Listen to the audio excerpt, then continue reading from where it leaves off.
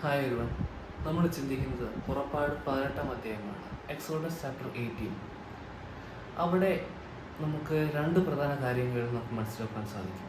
ഒന്നാമത് നമ്മൾ democratic leadership എന്നുള്ള ഒരു കാര്യത്തിൻ്റെ അതിൻ്റെ ഒരു ആദ്യമായിട്ടവിടെ ഇംപ്ലിമെൻ്റ് ചെയ്തത് അത് മോശയുടെ ഒരു അവസരത്തിലാണ്, ഈ പുറപ്പാട് 18 അവസരത്തിലാണെന്ന് നമുക്ക് കാണുവാൻ സാധിക്കുന്നുണ്ട്. കാരണം മറ്റൊന്നുകൊണ്ടല്ല, കാരണം അത്രയും സമയം മോശ ഒരു മെയിൻ ലീഡറായിട്ട് എല്ലാ കാര്യങ്ങളും ചെയ്തുകൊണ്ടിരിക്കുകയായിരുന്നു.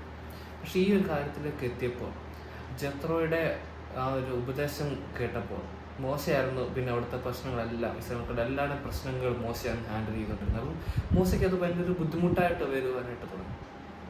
അപ്പോൾ എത്ര കൂടുതൽ അഡ്വൈസ് കൊടുത്തു, തൻ്റെ കീഴിൽ കുറച്ച് പേരെ വെച്ചുകൊണ്ട് ചെറിയ ചെറിയ കാര്യങ്ങൾ അവരൊക്കെ സോർട്ട് ഔട്ട് ചെയ്യട്ടെ, വലിയ കാര്യങ്ങൾ അവർക്ക് സോൾവ് ചെയ്യാൻ പറ്റത്ത് മാത്രം മോശ സോൾവ് ചെയ്യട്ടെ എന്ന് അവിടെ എത്രയുടെ ഒരു റെക്കമെൻഡേഷൻ പറയുവാനായിട്ട് ഇടയാക്കുന്നു.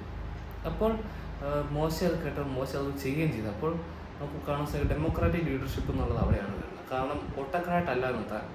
അത്രയും സമയം താൻ ദൈവത്തോട് ചോദിച്ച് താൻ തന്നെ തീരുമാനം എടുത്ത് താനെല്ലാം ചെയ്യായിരുന്നു. ഇവിടേക്ക് എത്തിയപ്പോൾ താൻ തൻ്റെ ഉത്തരവാദിത്വം, തൻ്റെ റെസ്പോൺസിബിലിറ്റി താൻ അത് പലർക്കും ഡിവൈഡ് ചെയ്ത് കൊടുക്കുകയായിരുന്നു. അങ്ങനെ കാര്യങ്ങൾ സ്മൂത്തായിട്ട് പോകാൻ പറ്റുന്ന രീതിയിലേക്ക് എല്ലാ കാര്യങ്ങളും ചെയ്യാൻ തക്കവണ്ണം ഉള്ള രീതി ചെയ്യുവാനായിട്ടുള്ള ഒരു കഴിവ് അല്ലെങ്കിൽ ആ തീരുമാനം എടുക്കുവാനായിട്ട് മോശയ്ക്ക് സാധിച്ചു. അപ്പോൾ ആ ടൈപ്പ് ഓഫ് ലീഡർഷിപ്പ് അല്ലെങ്കിൽ ഡെലിഗേഷൻ ഓഫ് ഡ്യൂട്ടി എന്ന് പറയുന്ന ഒരു കാര്യം ആദ്യമായിട്ട് സംഭവിക്കുന്നത് ഈ ഒരു അവസരത്തിലാണ്. രണ്ടാമത്തെ ഒരു കാര്യം നമുക്ക് ചിന്തിക്കാൻ പറ്റുന്ന ഒരു കാര്യം എന്നുള്ളത്, മൂത്തവർ പറയുന്നത് നമ്മൾ കേൾക്കുക, അത് ചെയ്യുക എന്നുള്ളതിൻ്റെ ഒരു ഇമ്പോർട്ടൻസ് ആണ്. കാരണം മോശയുടെ ആ കാര്യം നോക്കുകയാണെങ്കിൽ പലർക്കും പല കംപ്ലയിൻ്റ് ഉണ്ട്. ഇസ്ലാമിക്ക് പലർക്കും പല രീതിയിലുള്ള കംപ്ലയിൻസും പറയുന്നുണ്ട്. മോശ ഒറ്റ ഒരാൾക്ക് ഇതെല്ലാം കൂടെ ഹാൻഡിൽ ചെയ്യാനായിട്ട്, ഈ കാര്യങ്ങളൊക്കെ ഒത്തുതീർപ്പാക്കാനായിട്ട്, പ്രശ്നങ്ങളൊക്കെ അവിടെ സോൾവ് ആക്കാനായിട്ടൊക്കെ താൻ ഒറ്റ ആളെ കൊണ്ട് തനിക്ക് വളരെ ബുദ്ധിമുട്ട്. അവിടെ കാരണം 6 ലക്ഷം പുരുഷന്മാർ തന്നെയുണ്ട്. അപ്പം അതിൻ്റെ ആയിട്ടുള്ള പല പല ടൈപ്പ് പ്രശ്നങ്ങൾ, പല രീതിയിലുള്ള പ്രശ്നങ്ങൾ അവിടെ ഉണ്ടാകും. അപ്പോൾ മോശ ഒറ്റ ഒരാളാണെങ്കിൽ തനിക്ക് ആ പ്രശ്നങ്ങളൊക്കെ സോൾവ് ചെയ്യാനായിട്ട് ഭയങ്കര ബുദ്ധിമുട്ടാണ്. അവരുടെ കാര്യങ്ങൾ കേൾക്കാനായിട്ടും അവരുടെ പ്രശ്നങ്ങളൊക്കെ സോൾവ് ആക്കാനും തന്നെക്കൊണ്ട് ഒറ്റ ഒരാളെ കൊണ്ട് ഭയങ്കര ബുദ്ധിമുട്ടാണ്. അപ്പോഴാണ് താൻ തൻ്റെ അമ്മായിയപ്പൻ്റെ ആ ഒരു അഡ്വൈസ് താൻ കേൾക്കുന്നതും താൻ അതുപോലെ അംഗീകരിക്കുകയും താൻ ചെയ്യുകയും ചെയ്യുന്നു. വേണം മോശ ചിന്തിക്കുകയായിരുന്നു, ഞാൻ ഈ 6 ലക്ഷം പേര് ഞാൻ ഈജിപ്തിൽ നിന്ന് പുറത്തു കൊണ്ടത് എന്നെക്കൊണ്ട് ഇനി ചെയ്യാൻ പറ്റാത്തൊരു കാര്യമില്ല, ദൈവം എനിക്ക് എന്ത് വേണമെങ്കിലും ചെയ്യാൻ പറ്റും എന്നുള്ളൊരു ചിന്ത വേണമെങ്കിൽ വരായിരുന്നു.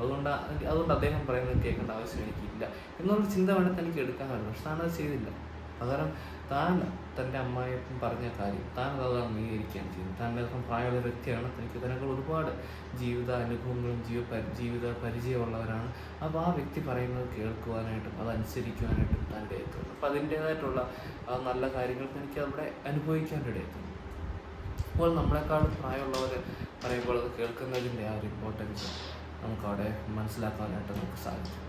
അതുകൊണ്ട് ഇന്നത്തെ ഈ ചിന്ത അതിനായിട്ട് നമ്മൾ ഒരുക്കുവാനായിട്ട് ഇടയാക്കട്ടെ. ദൈവത്തിൻ്റെ നാമം അതുകൊണ്ട് മാറട്ടെ.